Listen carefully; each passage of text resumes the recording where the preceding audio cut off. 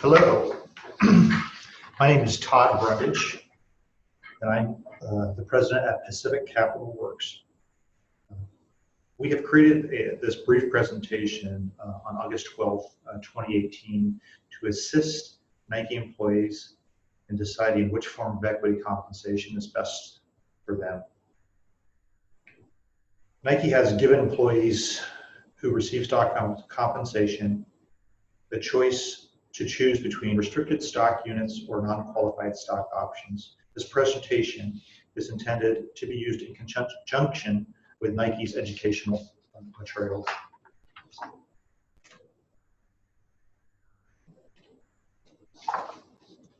Pacific Capital Works is a fee-only registered investment advisor based in Portland, Oregon.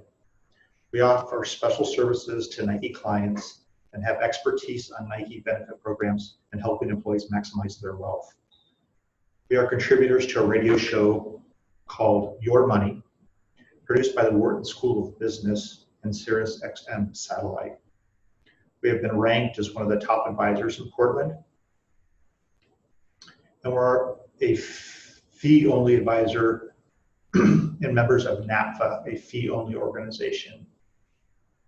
Fee-only is a structure all clients should consider utilizing with their advisors to ensure their interests are aligned. If you do not understand what a fee-only means, you should research it and ensure you utilize an advisor that operates under that compensation structure.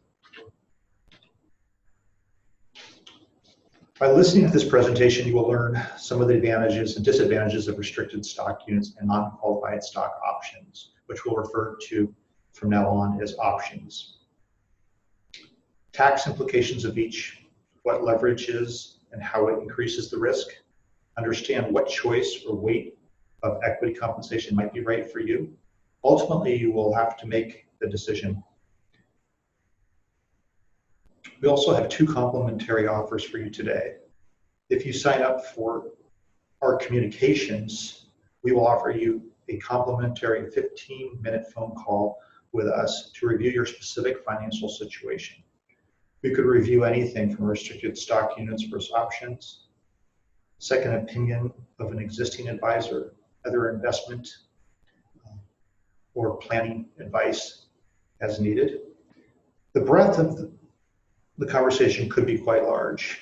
If during the discussion we think we could be of greater help to you in improving your overall wealth, then we will offer you a complimentary discovery meeting, which is a discussion occurring in our office that is usually very enlightening to you and can lead to major improvements in your holistic wealth.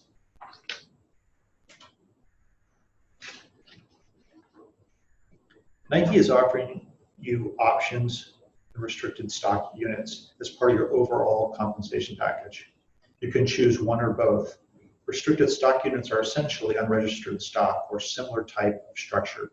Nike takes your compensation and buys stock on the grant date, and that stock vests over 4 years, 25% each year. On each vest date, the stock essentially registers and becomes yours in the form of stock. You can sell the stock at any time thereafter, ignoring the tax implications. On the other hand, you can also buy stock options instead of stock. Nike buys you call options that expire 10 years on the grant date. The option vests on the exact same schedule as restricted stock units, 4 years and 25% each year. The factors that come into play in these decisions each year of your compensation is, do I have the time to benefit from the increased risk? Does increased risk make sense for me, or is it too much for me? Is flexibility important to me? Is the cost of each or the tax implications important? And is Nike stock going to do well? Let's look at the options are for you and your equity compensation. Let's say you received $100,000 stock compensation. What you essentially would be buying in each case. If you decided to use restricted stock units, you would take $100,000, which we're using as compensation in this case, and buy Nike stock on the grant date. If you bought options, you would take the $100,000 and buy 10-year call options. Notice the options are far cheaper than the stock. So when you buy calls, in this example, you get 5 times as much stock. That is what's known as leverage. For the same amount of money, you're buying 5 times as much stock. This is similar to buying stock on margin or borrowing funds to buy stock.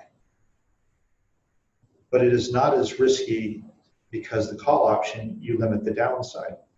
Let's look at the 2 scenarios. 1, the stock increases 50%, and 2, the stock decreases 50%. These examples are extreme for short periods of time, but not over long periods. And they demonstrate some of the differences between your choices. If stock increases or decreases 50%, the restricted stock units follow that same relationship. You have a similar gain as the stock goes up and down. In the options scenario, you have a larger increase in gain on the upside because of leverage. In the downside, your compensation would have 0 value because the Nike stock price is below the grant price, or what is also known as the strike price for you. If you were in this situation, you would hope this is only temporary and that the stock price will increase over time.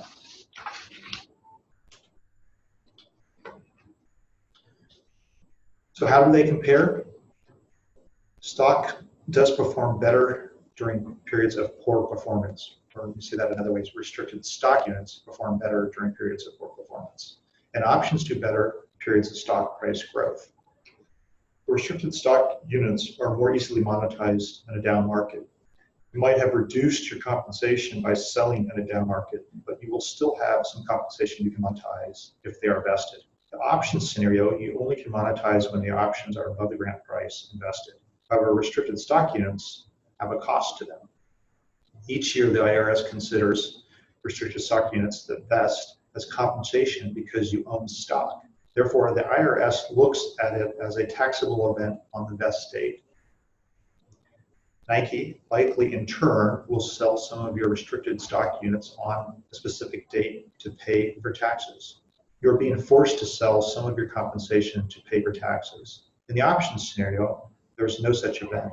You only pay taxes when you decide to sell. You have greater flexibility in options because you can sit out poor periods and sell in good times. In the restricted stock unit scenario, you're not forced to sell your stock, but somewhere around 25%. Correction, let me say that again. In the restricted stock unit scenario, you're forced to sell your stock, but somewhere around 25% of your holdings will be required. In come April the following year, you may have other taxes to pay too. In the restricted stock unit, some of your tax situation is being managed for you. So that part you don't need to manage. You'll still have concentration risk in managing the prospect of growth versus taking taxable gains after that vesting period that you'll have to manage. But you have already paid on the income taxes. I would describe managing options as a bit more involved. You need to evaluate the prospects of growth versus selling options and paying taxes.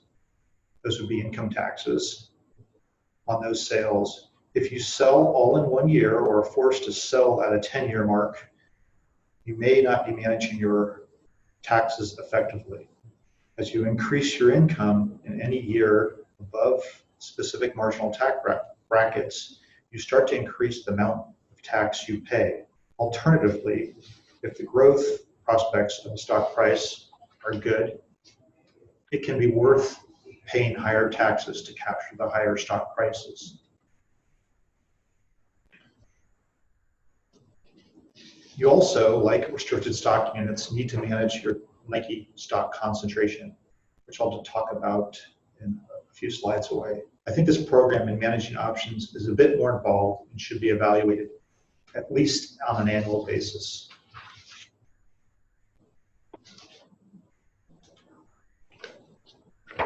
Before I continue to discuss what scenario might be good for each type of employee, I want to offer you a complimentary personal review by a leading expert who understands Nike's benefits and can then understand your specific situation and help you maximize your wealth.